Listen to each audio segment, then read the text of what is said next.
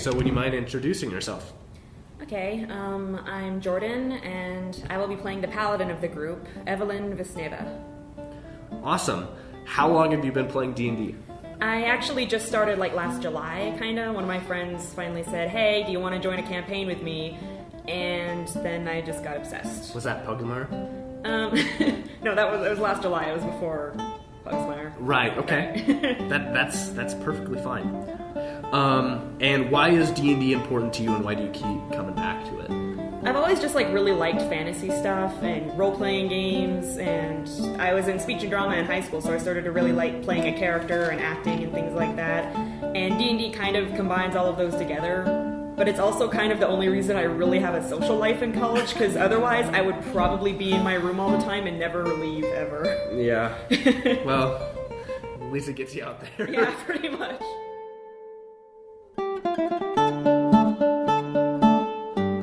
Your character's name is Evelyn Vesneva? Evelyn Vesneva. Wow. Yes, okay. I have terrible handwriting. You grew up as the daughter of the local priest to the god Perkun, who is the god of storms. He is the protector of man. In your childhood, you learned your father's trade and also joined the Sons of Perkun, all in the small village of Lubosk. The village of Lubosk is a seaside town on the east coast of Essentia. It sits on top of a bluff overlooking the Grand Ocean, with a switchback leading down to the shore where piers sit at the town's fishing boats. The town sustains itself on fishing and goat herding. They import crops and luxuries, while they sell excess goods to the larger trading cities along the coast.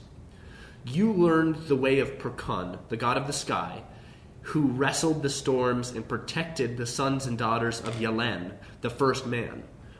He who took refuge on the Snezka plateau, protected by the mighty hands of the storm watcher himself. After the storm subsided, he and his wife Caesara, who is the kinder moon, helped rebuild man in the shadow of the high wind. Under Perkun's hand, the descendants of Yalan were blessed, and Perkunska became the seat of a new great empire. Perkun's blessing was the foundation for the monarchy that was founded in the kingdom of the high winds. This is all until the Great Hercone Rebellion, which forced the Herconian demands upon the High King. This is seen as an affront to the name of Perkun himself, and the Sons of Perkun, who you are a part of, a rebellion that seek to reestablish the sovereignty of the king himself and centralize the government under his rule. You are meeting a contact who is picking up a letter that you received a week prior. It contains vital information to Perkun himself. All you know is that his name is Borgin. You are standing at the end of the cemetery, which is located behind your village at the edge of the bluff overlooking the ocean. In the distance, you can see the first moon, Sarah, which is also called Non by the elves. The fresh easterly winds whip up through your hair, and below you, you can hear the waves crashing against the cliffs below and the salt on the wind. What do you want to do? I'm going to take a look around and see if anybody is within the area, my contact, anyone else. Mostly there are just people wandering around. There's not really much to do in a small town like this, especially, without as many stuff. So there are kids playing in the cemetery. There is a couple people who are fixing up, tidying up the grounds to give respect to those who are dead. You don't see anyone completely out of the ordinary. Okay. Anybody I don't recognize? No. Everyone here is someone that you've grown up with your entire life. Okay. And also, one quick note for everyone listening to this. Evelyn has one dead eye. So she only has one eye. So that's maybe important to know in the future. So you don't see anyone. Okay. I'm just waiting for the contact then. I guess staying within the area, I'll see if any of the people kind of tidying up want any help while I wait. Yep. So you walk over, and it's only someone from the town that you know. Her name is Mirik, and she's 30, 35. Her and her daughters are cleaning the graves. Mirek, I was wondering if you would like any help? Yes. Here's a broom. We're just cleaning up. Okay. What do I roll to sweep? You give me a sweep check. All right. Let's see. You're subpar. Damn it. Just kidding. You're about average. Okay. Your sweeping is pleasing to the gods. So as you work, you notice a man in a just a gray cloak walk into the clearing, and you don't know if you know that cloak. Mm-hmm. I'm going to stop the sweeping and apologize to Mirek. I'm sorry. I think I need to go. If that is okay with you. She takes the broom back and she smiles. Okay, and then I approach the man. The man turns around because he has his hood up, and you see a sharp-faced man with a growing beard, and he smiles at you. He says, I guess you're Deadeye. I do not much care for that nickname, but I suppose I am. Well, do you have my package? Do I have the package? Yes, you do. Okay. I believe I do. So you, out of one of your pockets, you pull out a letter and hand it to him. He inspects it to make sure it hasn't been opened, that it hasn't been tampered with, and he nods happily and puts it into a pocket inside his jacket. Tell your father I won't be able to see him, but I wish him good luck. I will make sure to pass that along. These times are dangerous. Many of our brothers and sisters have met trouble recently. That tends to happen. Well, Perkun's blessing unto you, my daughter. And to you as well. And without further conversation, a man you've never met before wanders off back through your town, and then you're guessing leaving on the main road that leads out of your town. Okay. I guess I have met my contact. I have passed on the letter. I'm gonna go home and tell my dad. So you walk through the gate leading into the city, and I say city, but it's really a small town. Yeah. Barely 50 people in it. You walk through the town. You see that everyone the 50 people you've seen your entire life, right, and a handful, of people outside that. On the streets, people are doing their jobs, doing their chores, hanging out, eating, doing whatever they please. It's starting to get a little later as you saw the moon was just starting to rise, so it's starting to get a little toward night. And you walk to the temple where you live, the Temple of Perkun, which is a hexagonal-shaped building, 2 stories, that has a tower-shaped roof that leads to a third floor at the tip of the tower, and on top of that is a fist with a lightning bolt held inside of it as a sort of statue on the very top of the building, and that's the symbol of Perkun. Kind of a silly question. I was just wondering if there's like a sign of the cross equivalent with Perkun. Is it a fist bump? It could be. And it could at least be this. Sure, you can fist bump people. All right. If you want to. You just have to have a thunder in your fist when you fist bump. Okay, yeah. I'll stick with the fist over heart, I think. Yeah, that's good. We'll put the fist over the heart.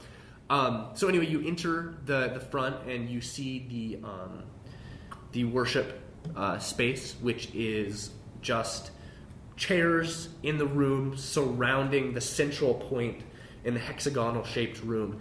And in the center is a raised platform with volcanic ash in a dish on a little table. Yeah. And your father is looking out a window, He seems to be waiting. Okay. Father, I have returned. Oh, did Borgen, did he pick up the package? He did receive the package. He went on his way, and he told me that he is sorry he will not be able to see you for a while. Yeah, we hope he makes it. That package was very important. That's what I assumed. So, anything else interesting happen out at the cemetery? No, everything seems the same way that it always is. It was quiet. There's never many strangers in town. So Did any constables see you? I do not believe so. Good.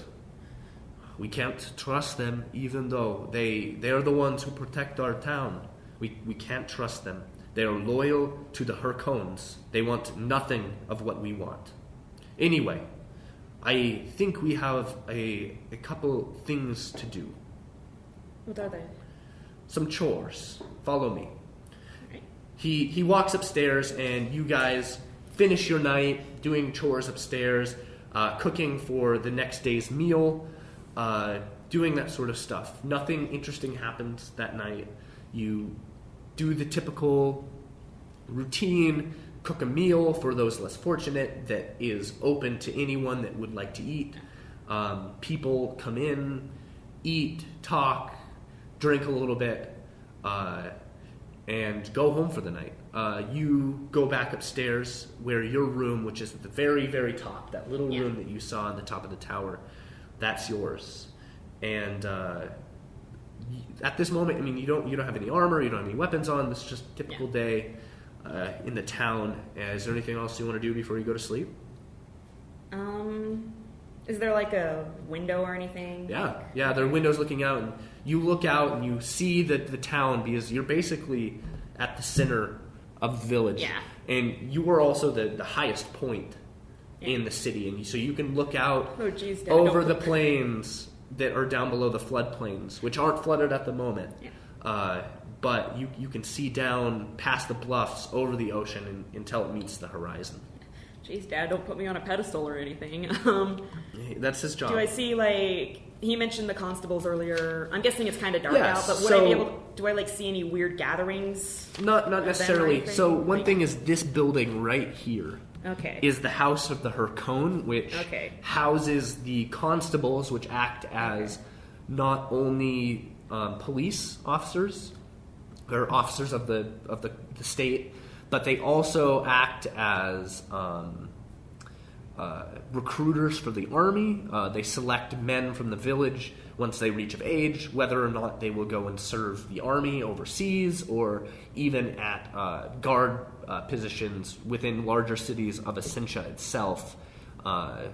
They act as that facilitating role. They also collect taxes, do all the government things. Yeah. You guys don't have a leader necessarily, like a mayor or anything, but you do have the leader of the Herconians, the guard, the kind of regional captain, I guess, for the Herconians. His name is Lennis, and he's the captain. He's not a cruel man. He's rather kind of lazy. He'd rather not do his job half the time. And the better for us. Yes, and he won't necessarily stop crime unless you're extremely blatant about it. So good thing we're a small ass town. Yes, then. And then there are 4 guards that aren't from this area. They're from different cities that have been sent here so that they don't have that sort of stuff. But so they all live inside this Perkun, the House of Perkun, the Perkunian house, by the gates. Just so you know, too, the one side, this village is cramped into the edge of the bluffs, and it has a wall completely around it. The sides that are on the bluffs, are basically just there to make sure people don't fall off or can't jump off themselves. Yeah. Whereas the only place that people can actually get to is one wall, which is just battlements. Okay, built I from, see that here. Yeah, built from wood, where there is a dirt ramps that lead up to the middle of the wall, right, which is now the bottom of the wall because dirt ramps are leading up to it. And there is a battlement there where you can look out across the field on top of the bluff that leads to the little switchback pass that leads down to the floodplains down below. Okay. There's nothing too big. There's a couple men on watch walking around with torches in the city. That you realize that they're part of the guard. That's their job. They're supposed to just walk around, check it every once in a while. Okay, nothing out of the ordinary. No, nothing out of the ordinary. All right. In that case, I think I'm going to go to bed. So you go to bed, and just gonna put a little time lapse in here. It's a average week that you have.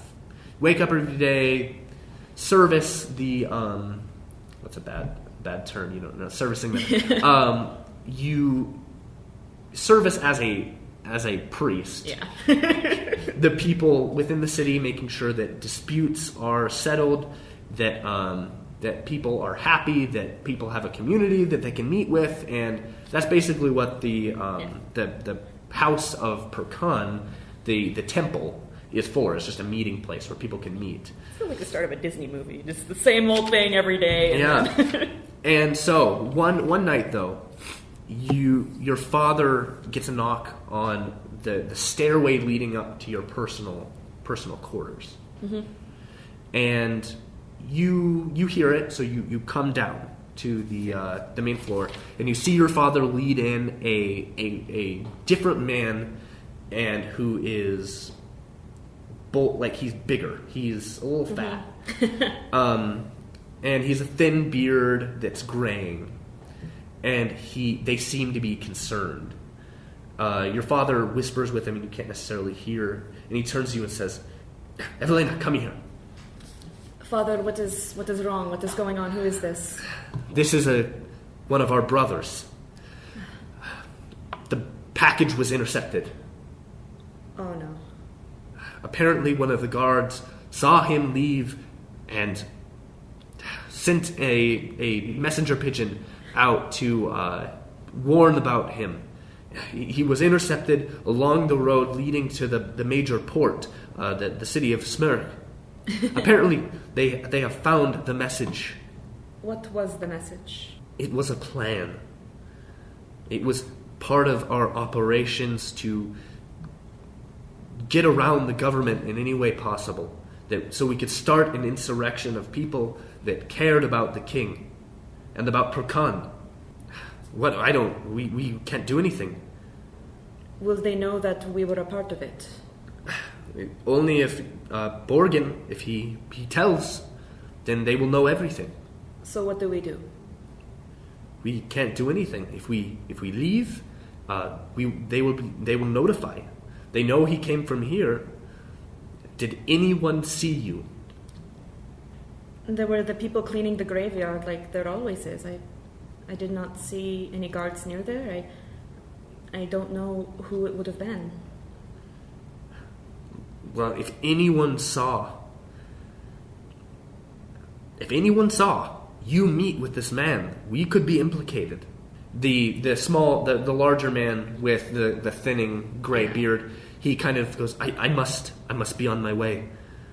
Your father puts his fist over his heart and says, I do the same. Yep, and says, make haste, but be unseen. Make sure no guard finds you. And the man exits and leaves. And your father turns, and he seems quite upset. Well, I can't exactly blame him for that. So in hindsight, were there people, like, specifically in the graveyard? Yeah, the people cleaning it. Mirek. Okay, Mirek. And her daughters. And those were the only real people I noticed nearby. Yes. Okay. In that case, I will say the people cleaning were Mirek and her daughters. I do not know if they would have told, but they were the only people that I had noticed. Well, this is troubling. We must be on watch. for this. And as he says this, you hear a commotion outside. Oh boy. I run to the window or the door or whichever is closer and look out. Outside, you see that the guards, because this is starting to get late at night. You guys have already had the meal that you'd had that night, and the gates had been closed for the night. And you see the graying man with the larger, thinning beard man being pulled by his arms through the streets by two of the guards. Okay. Am I inside or what did I You're go inside, yeah. Okay. You just looked up through the window. I'm going to turn to my father. He was not unseen. Two of the guards have him. They're pulling him. By Perkun, this is terrible. And he puts on his cloak that signifies him as a priest, and he runs down the stairs. I'm running after him. Yeah. You also have a cloak too that is by the door that you were able to put on. And you run out into the streets, and you see the man being thrown on the floor in the road in the street, which is dirt. And you see him thrown into the dust in front of, I can't remember his name now. It's Linus. In front of Linus, the guard. Yeah. The guard captain guy. The captain of the guard. And Linus goes, "What is this?" And one of the guards, who you know, his name is Lloyd. Good old Lloyd. Good old Lloyd. One of the nicer ones. He's just he's also from a small town. He understands life here. He's not from a big city, and just everything has to be his way, you know. He goes, "This man was trying to leave the locked gates. It is prohibited." And Linus goes, "I know it's prohibited, you fool. What do you have to say for yourself?" And he kicks the man on the floor. And as he kicks the man, your father steps forward and says, "Be kind to the man. Can't you see he was just leaving?" And Linus turns to your father and says, "Stay out of this, priest." Do not talk to my father that way. Hey, Deadeye. Do you want to be thrown into the cells, just like this man? Do not threaten me. You have no right to threaten me. We are going to turn this town upside down, finding whoever this man and the man before that was here last week, what was happening. There are guards, an entire contingent coming to this town to turn it over. Stay out of my way. I'm going to turn to my father and...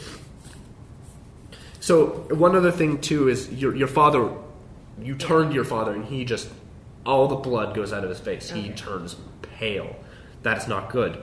You guys aren't the only members of Perkun, the Sons of Perkun. There are two other families that are within the rebellion.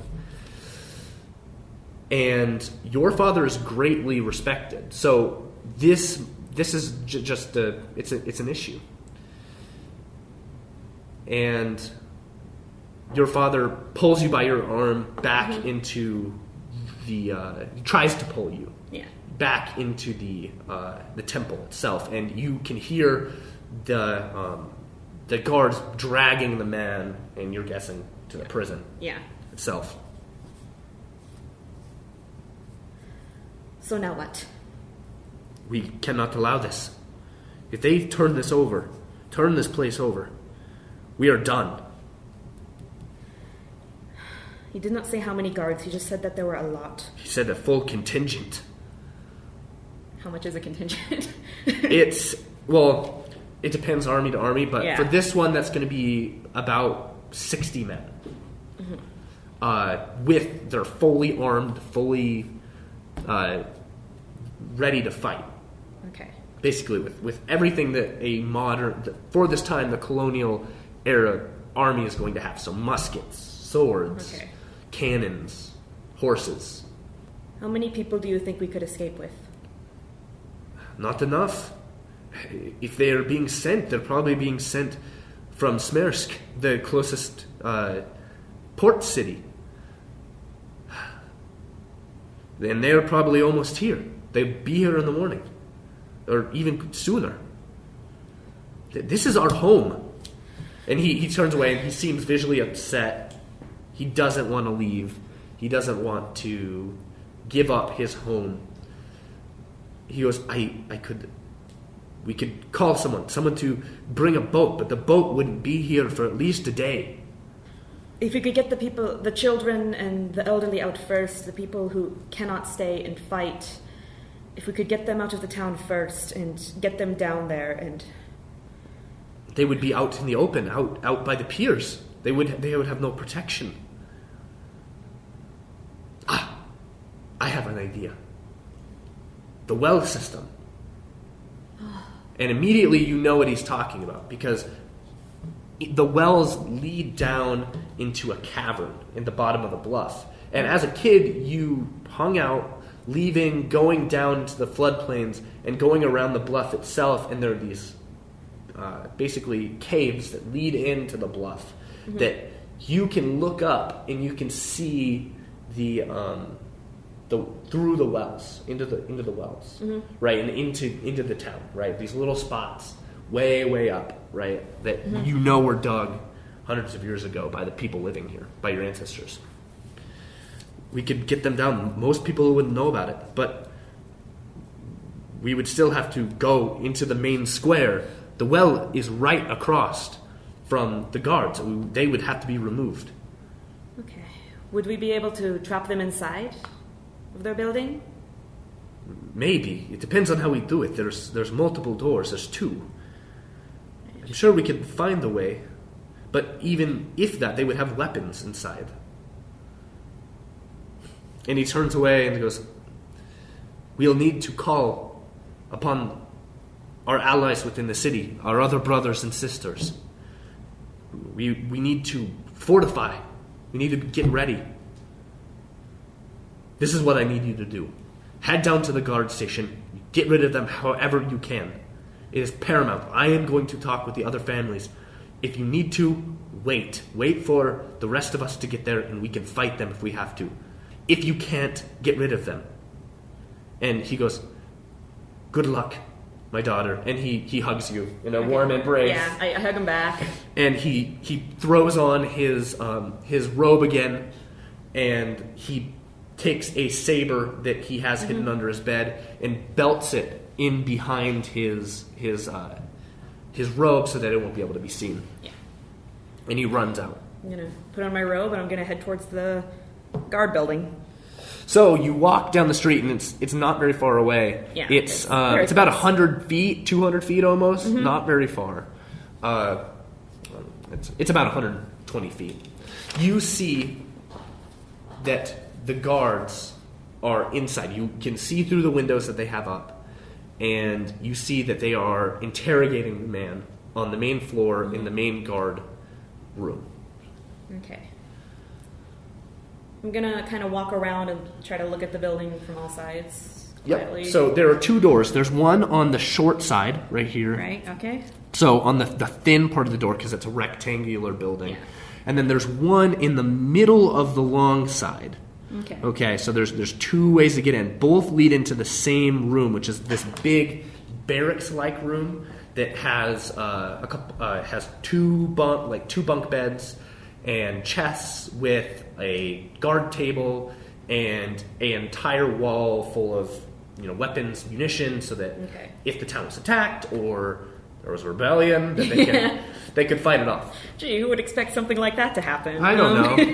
Maybe guards. Okay, so are they all facing away from the doors? No, so 2 of them they're in the center of the room.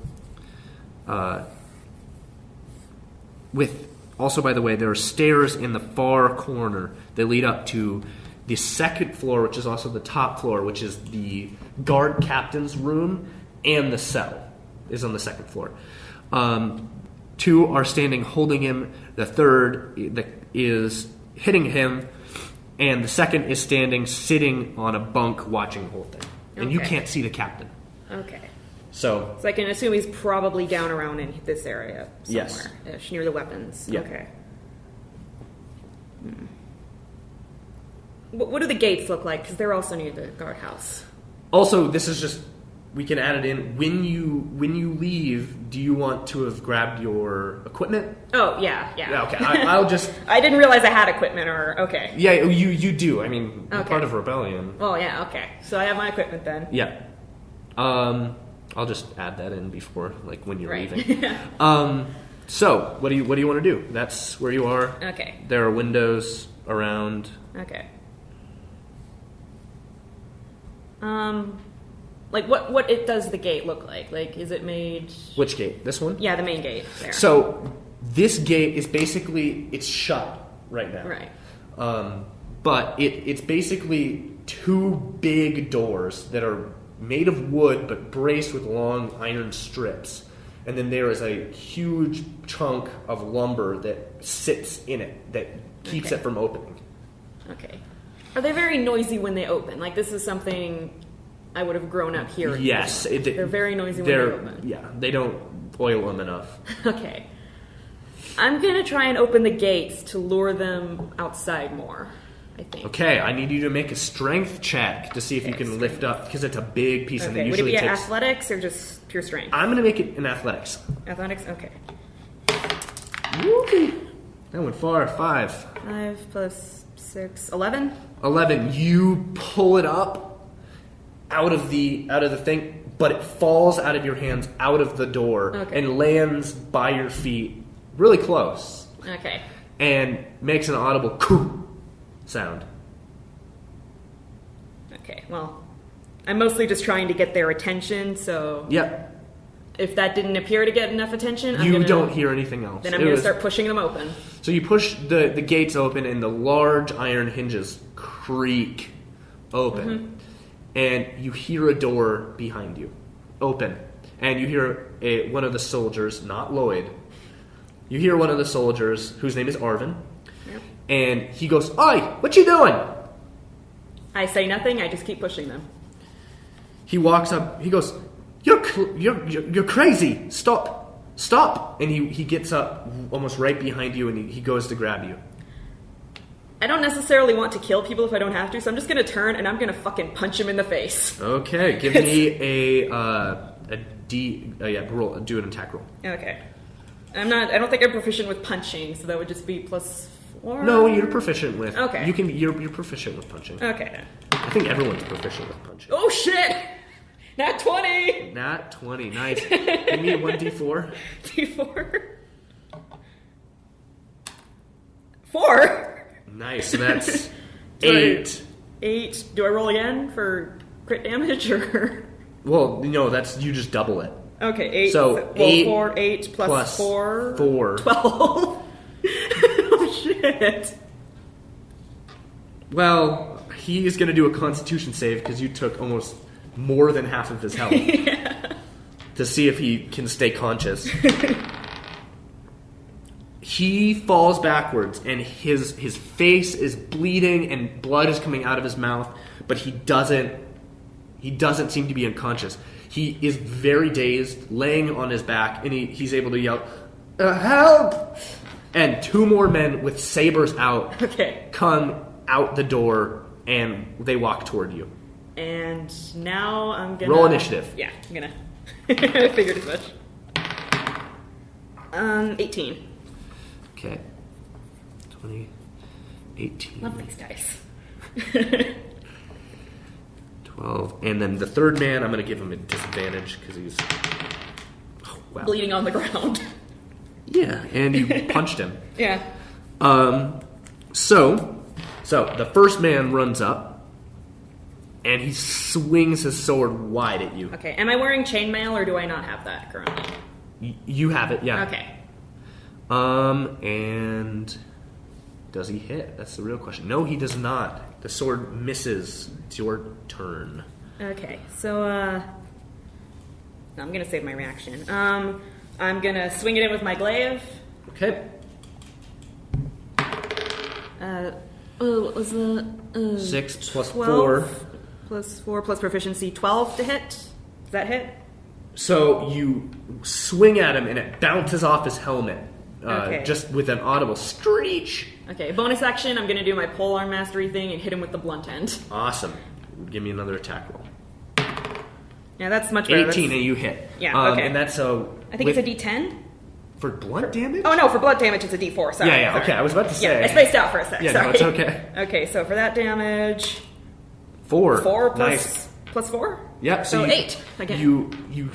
You swing the first time and it bounces off his helmet, and he turns a little bit more toward you because it rang his helm a little bit, and you just smack him right in the nose, and his nose plate crunches up against his face. Just breaking and noses left blood and right. just goes everywhere, and he falls back. He stumbles backward, with sword still in his hand, the saber still in his hand, and he curses at you profusely. And so the Proficient second in cursing. Yes, he used his proficiency at cursing, which is what you get when your class is a guard. Yeah. So then the second man runs up to you with his saber, swings at you, and misses as well. His sword bounces off your chainmail armor. Okay. No. Now it's the third man who just stands up and he starts running away from you toward the door, Okay. where a third man just comes out. Okay. None of them appear to be the captain, though? Not yet. Not the captain yet. At Okay. least. Okay, so this guy's actually last, but he is not going to get a reaction this round. Okay. Now it's back up to the top. The man who you hit in the face swings at you. And he hits. Okay. Where did I put the Let's see, pencil? right here. Oh, Okay. there we go. He deals 3 damage. 3 damage. Okay. Stings a little. Yep, now it's your turn. My turn. Right, so once again, gonna take a swing at him with the glaive. Awesome. Fuck, natural 1. Okay, so you swing at him, and it merely bounces off his helm once again. A really great helmet. Yeah. And while this happens, your glaive falls out of your hands because of the shock of the Okay. hit. Falls out of your hands onto the floor. Okay, can I use my bonus action to pick it up? Yes, you can. Okay, I'm gonna do that then. So you do that, but I'm going to, while you lean down, the next guard that ran up to you is going to attack you, and he misses. Okay. Swung too high. Swung too high while you bend over to Yeah. pick up your glaive. The third and the fourth man, they turn to the fighting. One very afraid and is yelling at the other man who just came through the door. And as soon as they turn around, your father hits one of them. Yes. Swings to hit one of them. Whew. Okay, he swings to hit one of them. Oh my Oh, god. Dad. And he kills the man. Oh, shit. Just cuts the man who, not the one that you hurt already. Yeah. The one you punched in Wait, the face. shit, which one is Lloyd? Lloyd is number 3. Okay. Wait, no, sorry, number 2. He Number 2? attacked Okay. you. He's the one who swung Okay. at you, and it went Okay. high Oh. when you bent over. But your father kills the man who just came out, and two more Sons of Perkun are behind him Okay. with weapons brandished. Alright, so... Oh, is it my turn again, or is it... Yes. I think. Wait, no. I think it's first guy's yes. first, yeah. So he's going to swing at you, and he misses. He doesn't even Love get this close armor to you. class. Yeah. Alright. 16, man. Yeah. I usually play squishy characters. I'm gonna, once again, still focusing on that guy, because he's kind of... The guy's hurt. He's the one... Yeah, he's hurt, and he's hurt me. Yep. 8 plus 6, 14? You hit, actually. Alright, cool. So that's a d10 Yep. plus 4. 9 damage. 9 damage. So you've already hit this guy. Yeah. And you, with your glaive, just slice and right across his chest, and he falls over bleeding on the ground, and he doesn't look very good. Okay. And with my bonus action, I'm gonna blunt and Lloyd. Okay, give me Smack attack it backwards. I'm gonna say I'm not really trying to kill either Non-lethal, of them. right. I'm just trying to get them the hell out of there. And if my dad kills them, that's his thing. So Lloyd gets that'll hit. That's a 25 to hit. So Yeah, you deal it's damage. the D4. 7 damage. 7 damage. So you smack him in the face, and I'm going to see if he falls over with a Constitution check. And what did you? 19. Yeah, he falls over onto the ground, and I'm going to make a morale check for both of these guys who've seen people die. Okay, he holds. Lloyd immediately surrenders. He throws his arms up, drops his saber, but the third man rushes at your father, and the two Sons of Perkun attack. One hits, the other misses. But this guy, and he kills him. The hurt man that you punched in the face. Oh shit. So all the men outside are gone, and right as soon as the fatal blow is struck on the final man, the guard captain steps out, and he has a pistol in his flintlock pistol in his hand, pointed right at your father. Okay. Stop right now! This is insurrection. I think that's the point.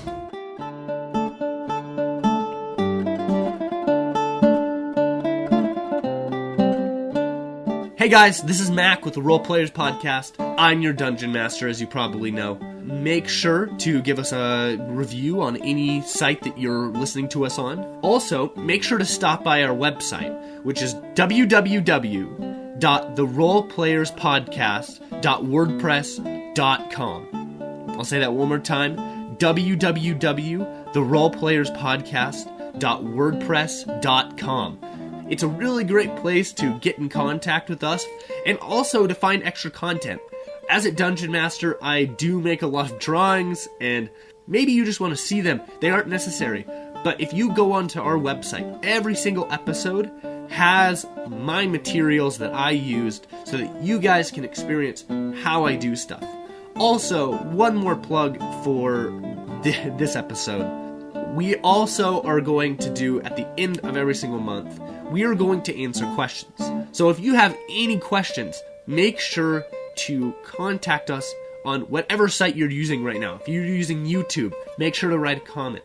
If you're using Stitcher, if you're using iTunes, if you're using Google Play, email us at asktheplayers@gmail.com.